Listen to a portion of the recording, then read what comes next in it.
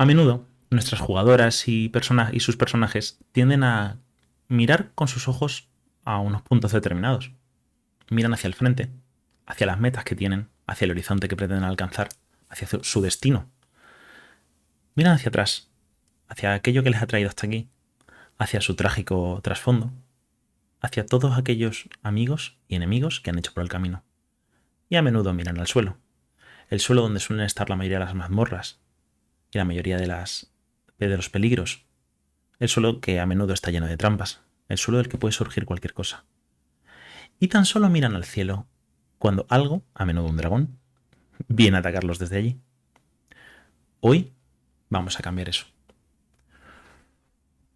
Una parte importante de tu mundo, como cualquier otra, es la bóveda celeste que lo rodea.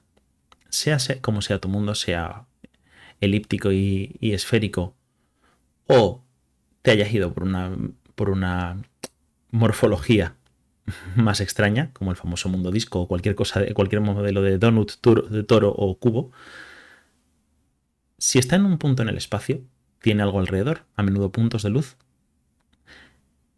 Y esos puntos de luz, esas estrellas, esos cuerpos celestes, son parte también de un paisaje a menudo ignorado en nuestras partidas.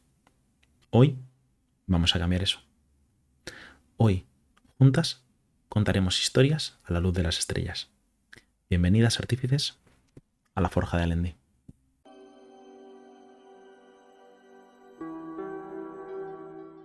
Hola a todas, mi nombre es Miguel, uso pronombres masculinos y podéis encontrarme como Endemic Legacy en Twitter o en el Discord de Carpe. Bienvenidas a lo que ya es el cuarto episodio, cosa que no creía que fuera a pasar, de La Forja de Alendi, el programa de Carpe Dice donde juntas creamos mundos. En episodios anteriores hemos hablado de cómo de cómo tomar o de cómo formar una base para tu mundo, montar una estructura. Incluso en el anterior empezamos a hablar de personajes y de cómo rellenar ese mundo con seres vivos. Hoy vamos a ir por algo completamente diferente.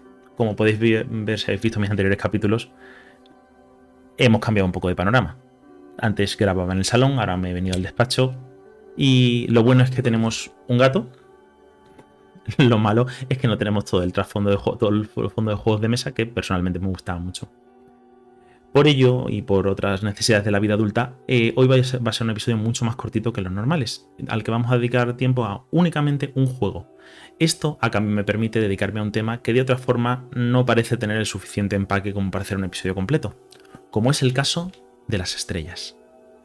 Las estrellas, constelaciones, como lo queráis llamar, son esos dibujos que arbitrariamente, a lo largo de la historia, hemos marcado los humanos uniendo estrellas con los dedos. Porque no os engañéis, no ha sido más que eso.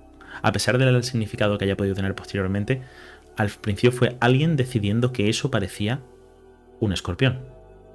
Que tienes que a veces entornar mucho los ojos para que lo parezca. Vamos a jugar un juego que se llama Cuentos o Historias a la Luz de las Estrellas, que os ayudará junto con al menos otras 2 personas, aunque hay maneras de adaptarlo a jugar sola o jugar con una sola persona, pero lo ideal es de 3 a 5. Y en una sola sesión de un par de horas seréis capaces no solo de sacar una bóveda celeste completa para vuestro mundo, sino que además podréis acompañarle a una mitología que sea acorde a esa bóveda celeste. De tal forma que esto puede servir tanto como para crear la bóveda celeste per se, real de tu mundo, como la interpretación de la misma que haga una cultura u otra, con lo cual podríais jugar varias veces a este juego y simplemente dedicar cada una de las partidas a una cultura determinada, informando con los atributos de esa cultura o de esa sociedad cómo vais dibujando. Razones para hacer jugar este juego: fácil.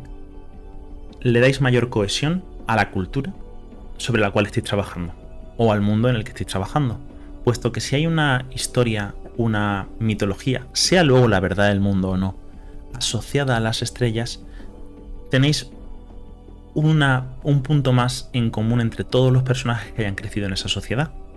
Todos sabrán, de la misma forma que de una forma u otra, más o menos todos nosotros sabemos lo que es el zodiaco.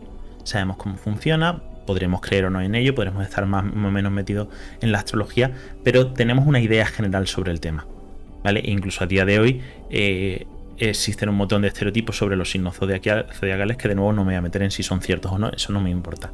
Pero hacer algo parecido en vuestro mundo da una capa más de realismo y de punto en común entre culturas, o a lo largo, o en una cultura, que hace que todos vuestros personajes digan, oh, esto es un mundo de verdad. ¿Por qué? Pues porque hay una cosa más, de la misma forma que una religión, una filosofía, una festividad, cualquiera de esas cosas que son producto de nuestra sociedad y de nuestra civilización, hacen que todo esto es como un poco más de acero que echar al cemento, para hacer un hormigón más que decente. Con lo cual, jugando este juego, que aparte de todo lo demás es muy entretenido y se apoya mucho en nuestra capacidad de contar historias sobre la marcha, lo cual además es un entrenamiento magnífico para luego narrar, te permite dar esa capa adicional de barniz de unicidad a todo esto.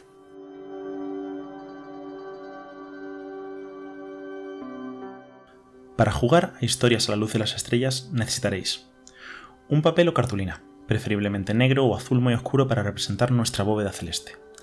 Lápices, bolígrafos, rotuladores, como queráis, pero al menos de 2 colores, aunque si disponemos de más no pasaría nada por usarlos. Unas cuantas tarjetas, lápiz o boli con las que escribir en ellas, una goma porque yo me equivoco mucho, y una baraja de cartas francesa, que aunque en el vídeo anterior dijese que no tenía, mentí como un bellaco, ya que al terminar de grabar me di cuenta de que tenía este estupendo mazo de la princesa prometida. Es importante quitarle los comodines. Una vez dispongáis de estos materiales y algunas personas con las que crear, dedicad el tiempo que sea necesario a hablar de seguridad. Hablad de líneas y velos, poned una tarjeta X sobre la mesa, usad el semáforo o cualquier otro sistema con el que os sintáis cómodas. No temáis estar dedicando demasiado tiempo a esta conversación, os aseguro que nunca, nunca estará de más. Paciencia. Una vez estéis preparadas, y empezando por la última persona que salió a mirar las estrellas, pintad vuestra carta estelar, pintando una serie de puntos en el mapa que representarán vuestras estrellas. En mi caso voy a utilizar este dorado para las estrellas para luego unirlo con el plateado o con otros colores, ¿vale? A la hora de dibujarlas, espaciadlas de forma aleatoria, completamente, de forma que haya estrellas suficientes para llenar el cielo, pero no tantas como para que no sea posible pintar líneas entre ellas. Lo que queremos es que haya suficientes luces como para llenar el cielo. Aquí me he pasado obviamente con esta. Ahí tenemos un cometa. Elegid qué color usaréis para hacer las constelaciones. En mi caso vamos a usar este plateado. Y para empezar a jugar, cada jugadora crea un icono. Un icono es uno de esos individuos de leyenda que pueblan nuestra mitología, haciendo el mundo lo que es. Pensad en cualquiera de los panteones y héroes de la mayoría de las religiones, desde Anubis a Teseo, del coyote de los navajos a los aspectos y avatares de Shiva. Cada uno de estos iconos estarán basados o modelados sobre un arquetipo, de los cuales el juego da una lista en sus instrucciones, tales como el embaucador, el traidor, el oráculo, el héroe. Aunque si tenéis una baraja de tarot u otro método de obtener arquetipos mitológicos que esté más alineado con lo que buscáis, sentidos libres de usarlo, no es más que una guía. Para representar a tu icono, dibuja en primer lugar una constelación. En mi caso, voy a dibujar esta. Todas las constelaciones tienen entre 2 y 10 estrellas unidas por líneas rectas, que nunca deben cortar ni pisar otras estrellas ni constelaciones. Tras hacerlo, escribe en una tarjeta el nombre de tu icono. En nuestro caso voy a llamarlo Tel-Ketra. Su arquetipo, el destructor. Y la constelación o el nombre de la constelación que lo representa. En este caso es la serpiente. Para esta idea he decidido que Tel-Ketra sea una figura mitológica tipo Hidra, de ahí el cuerpo alargado pero bicéfalo, con un arquetipo de destructor y que sea representado en principio por esta constelación. Una vez que cada una hayáis creado vuestra constelación, una vez que cada una hayáis escrito vuestra tarjeta, todas estas tarjetas las presentáis al resto de la mesa. Igual que yo he hecho a vosotros, habláis de quiénes son, habláis de a qué representan, de qué constelación las representa y por último escribís una relación con otro icono. Por ejemplo, tendría sentido que Tel-Ketra estuviera relacionado con algún tipo de arquetipo como el embaucador, que quizás es quien quien hace que salga de su cueva y empiece a destruir el mundo, o quizás con el héroe que está destinado finalmente a derrotarla. En cualquier caso, haced una relación con al menos uno de los demás iconos. Tras presentar todos los iconos y haber determinado estas relaciones e historias, escribid esas relaciones en la tarjeta, solo una frase corta nada más, y ponedlas todas cerca de la carta. Cerca de la carta estelar, de nuestra bóveda celeste. Este es nuestro elenco de personajes. Llegados a este punto podemos empezar a jugar propiamente dicho. La persona que pintó la primera estrella pasa a ser el primer observador, siendo la persona de su izquierda el primer oyente, la siguiente el narrador y el resto de la mesa oyentes. Es por esto que el juego necesita al menos 3 personas, aunque se puede jugar con 2 y si te pones creativo hasta con 1, pero idealmente yo he encontrado que funciona muy bien con 3 a 5 personas. En cada turno el observador saca una carta del mazo, para lo cual tengo que abrir el mazo primero. Esta carta indicará cuáles son las normas bajo las cuales vamos a dibujar nuestra constelación. ¿Qué quiero decir con esto? Y barajo rápidamente. ¿Qué quiere decir con esto? Sacamos una carta, en nuestro caso el 9 de picas. En general, la carta que hayas sacado indica el número de estrellas que dan forma a la siguiente constelación, aunque para algunos números muy bajos o muy altos, tales como los ases, doses y las figuras, dan unas reglas especiales que le dan un poco más de color al asunto, tales como añadir estrellas a constelaciones que previamente no las tenían, hablar de la relación entre dos constelaciones, etc. En cualquier caso, para el 9 de picas, siendo una carta básica, lo único que hay que hacer es crear una constelación de 9, en este caso, estrellas. Para lo cual vamos a irnos a este lado de aquí y vamos a hablar de 1, 2, 3, 4, 5, 6, 1, 2, 3, 4, 5, 6, 7, 8 y 9.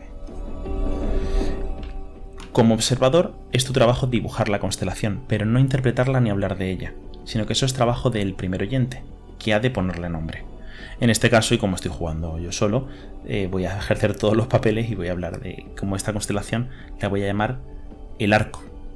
Una vez que hayas terminado de dibujar como observador, pasas a ser un oyente más. El primer oyente mira la constelación, la nombra, en este caso el arco, y es importante darle un nombre apropiado, que puede representar a un personaje, a un evento, un objeto o cualquier otra cosa que el dibujo inspire. A mí esto, pues por supuesto, dado que soy la misma persona normal, me inspira un arco y probablemente lo renombraría algo tipo la destrucción de Ketra, siendo esta probablemente el arma de leyenda que puede acabar del Ketra con la serpiente. El narrador, con el dibujo y el nombre, crea una historia asociada con la constelación, que es lo que yo he empezado a hacer sin querer. Es importante plantear un conflicto en tu historia y resolverlo. Probablemente esta historia hablaría de la caída final de Tel-Ketra y su destrucción, a manos de este arco. ¿Empuñado por quién? Te inventas el personaje. Puedes usar cualquiera de los personajes del elenco, pero puedes también crear personajes nuevos. Si lo haces y son suficientemente importantes, estos personajes que has creado en tu historia pasarían a su vez a ser nuevos iconos, con su tarjeta, con su arquetipo y con su constelación, que serían añadidos a la pila del elenco. Quizás nadie ha dibujado al héroe en la ronda inicial, y este arco representa al héroe. Si te ves atascada o perdida, puedes invocar a la musa, que es sacar una carta adicional y seguir una serie de preguntas que hay al final del juego, que te dicen, según el palo y el número de la carta, si tienes que hablar de una historia sobre la relación entre esta constelación con otra, si tienes que hablar de algún acto de traición o lo que sea. Llegado a este punto, si bien para ver el número de estrellas para la constelación sí que es necesaria la baraja francesa, para esto, al igual que para los arquetipos, se puede hacer uso de cualquier baraja de tarot, cualquier baraja de cualquier otra cosa que os resulte suficientemente inspiradora. Os animo a usar cualquier fuente de inspiración que funcione en la mesa, sea visual, escrita, auditiva, canciones, lo que sea. A veces cuesta arrancar el contar historias, pero mientras más lo hagáis, más fácil os resultará. Es trabajo de los oyentes, incluido el primer oyente que nombró la constelación y el observador que la dibujó, que ahora ha pasado a ser un oyente más, escuchar la historia con respeto y con devoción. Y es que el narrador tiene control absoluto sobre lo que pasa en ella, pero los oyentes tienen derecho a intentar añadir cosas a la historia. Los oyentes pueden añadir detalles a la historia mediante dos herramientas: interrupciones y preguntas. Las interrupciones, que como máxima hay una por oyente y por turno, toman la forma de una pregunta hacia el narrador, como por ejemplo: narrador, ¿es cierto que la ciudad fue asolada en una sola noche ante la furia de Tel Ketra, dejando solo una niña como superviviente? Y entonces el narrador, si le gusta el detalle, dice algo así como: exacto, la pequeña, que se llamaba Arcadia, pasó la noche escondida en el sótano de su casa entre las vasijas de vino que vendía su padre, y fue su olor, al romperse, lo que la ocultó, salvando así su vida. Una vez el narrador haya terminado su historia, el primer oyente hace una pregunta sobre la misma, quizás para solventar alguna duda o expandir un poco lo ocurrido, o simplemente porque le ha gustado mucho. Después del primer oyente, cualquier otro oyente puede seguir haciendo preguntas. Una vez ya no haya más preguntas, la historia ha terminado y es un trabajo de todas reflexionar sobre la misma, añadir las tarjetas de personaje al elenco si es necesario, con todo personaje relevante que haya ocurrido, sobre todo aquellos que hayan llegado a ser iconos, apuntar el nombre de constelación en la parte de abajo de cualquier icono que haya participado en la historia, sean nuevos o antiguos, y probablemente escribir una nota o una frase corta sobre el papel de esta constelación en esta historia. Tras hacer esto, todos los papeles rotan en el sentido de las hojas del reloj y volvemos a empezar. Se continúa jugando hasta que honestamente os miréis a los ojos, asintáis y estéis de acuerdo en que habéis terminado. Dependiendo del tamaño de vuestro papel, en este caso es un papel muy pequeñito, de las historias que tengáis y cuando os divierta el juego en sí, lo normal es que la sesión dure entre 1 y 3 horas. Y aunque el juego propiamente dicho acabe ahí, yo propongo una tarea adicional, y es que este juego es magnífico para crear, primero, unas constelaciones para tu mundo, algo que la mayoría de los, o desde mi experiencia, muchos narradores no se molestan en crear porque es algo que los jugadores no suelen preguntar. Todo el mundo asume que nuestro cielo es nuestro cielo y que hay una luna y un sol. Segundo, os da una base mitológica para estas constelaciones, sea esta luego la realidad o no de vuestro mundo. Pero puede ser útil hacer esto por culturas, puede ser útil hacer esto de forma global y basar esa mitología, la creación del mundo realmente en esa mitología. Como veis, esta herramienta es bastante multifacética. Aunque el juego propiamente dicho acabe ahí, yo iba a proponer una tarea adicional, y es que si tras la partida os habéis quedado con ganas de más, es posible copiar vuestra bóveda celeste. En este caso solo hemos puesto dos constelaciones y es poco, y era un papel pequeño y con pocas estrellas. Pensad que esto lo normal es hacerlo en una cartulina, probablemente una 2, ¿vale? Y que dé para mucho más margen, sobre todo si haces estrellas y constelaciones más pequeñas y más finas. Una vez tengas todo eso completado, puedes redibujar las constelaciones de una forma más artística, más estilizada, añadiendo otros cuerpos celestes como lunas, para tener así un firmamento que describirá a vuestros personajes. En mi caso, aunque es una versión en sucio, jugué a esto hace unos años ayudado por mi pareja y me quedó algo tal que así. Como podéis comprobar, esto no es ninguna maravilla artística porque yo no soy ninguna persona artística, soy un desastre. Pero haciendo algo tan sencillo como poniendo una línea circular alrededor, pintando suficientes estrellas en tonos más claros y marcando mucho más fuertemente aquellas que forman parte de constelaciones, que es como funcionó el juego originalmente, es más fácil hacer uso de suficientes estrellas sin que se sobrecargue de constelaciones el firmamento. ¿Vale? Estas son las constelaciones de mi mundo desde un punto de vista determinado, en un momento determinado, con sus 2 lunas y el río que las une y el río celestial que las une. Este documento, que no llevo mucho a hacer honestamente, y que es una versión en sucio, es un documento apañado que puedes sacar en partidas 2 jugadoras, o que hace que una cosa que no suele ocurrir, que es que las jugadoras miren hacia arriba y cuando te pregunten ¿y qué veo en la noche? ¿Y cómo están las estrellas? Puedas describirles algo y describirles historias y cosas de su infancia y cosas de las constelaciones. Y hay un mundo entero ahí arriba. Muchos, de hecho. Parece que vale la pena tener algo preparado para cuando alguna jugadora pregunte, ¿no? Y bueno, hasta aquí cuentos a la luz de las estrellas. Como veis, el juego, aunque el juego sea relativamente largo, entre 1 y 3 horas, lo que es la mecánica del juego es súper sencilla y podéis parar cuando queráis. Pero creo que es una herramienta, sobre todo si la tomas informada por los aspectos que ya existen en tu mundo. Si te has basado muy fuertemente en la baraja de Fathom, que hablamos en el episodio de la semana pasada para hacer personajes, sería perfectamente razonable usarla también como inspiración para los iconos.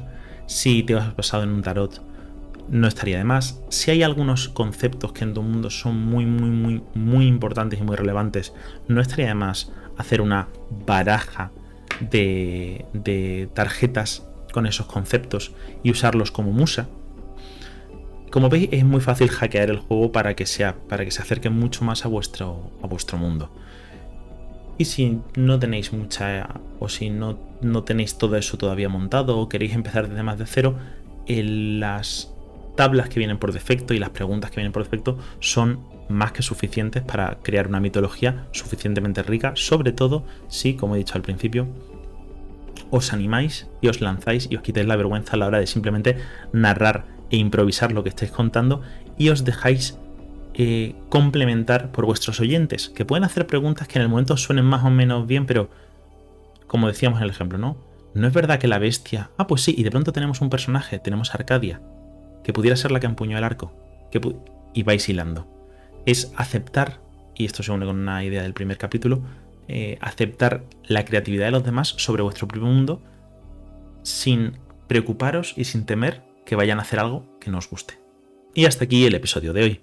Esperamos que os haya gustado. Sabemos que es un episodio más cortito que otras veces. Y la semana que viene, si todo va bien y nada nos tira las cosas por la borda, tendremos un episodio un poco especial. Y es que por fin hemos conseguido liberar a gente suficiente de Carpe como para hacer un episodio con más gente de Carpe participando. Con lo cual el episodio de la semana que viene probablemente lo dediquemos también a 2 o 3 juegos muy cortos sobre un tema en particular, pero en vez de simplemente contarlos, contaremos algunos de los juegos y jugaremos una partida completa a uno de ellos. Como digo, con más gente de Carpe, que no debería decir quién son. Así que esperamos que os haya gustado el episodio, esperamos que os lo hayáis pasado bien, que uséis todo esto. Os recordamos que en el Discord estamos por si queréis preguntarnos cualquier cosa, por si queréis hablar de lo que habéis creado, nos encantará verlo. Y hasta que nos volvamos a ver, Artífides, seguid creando.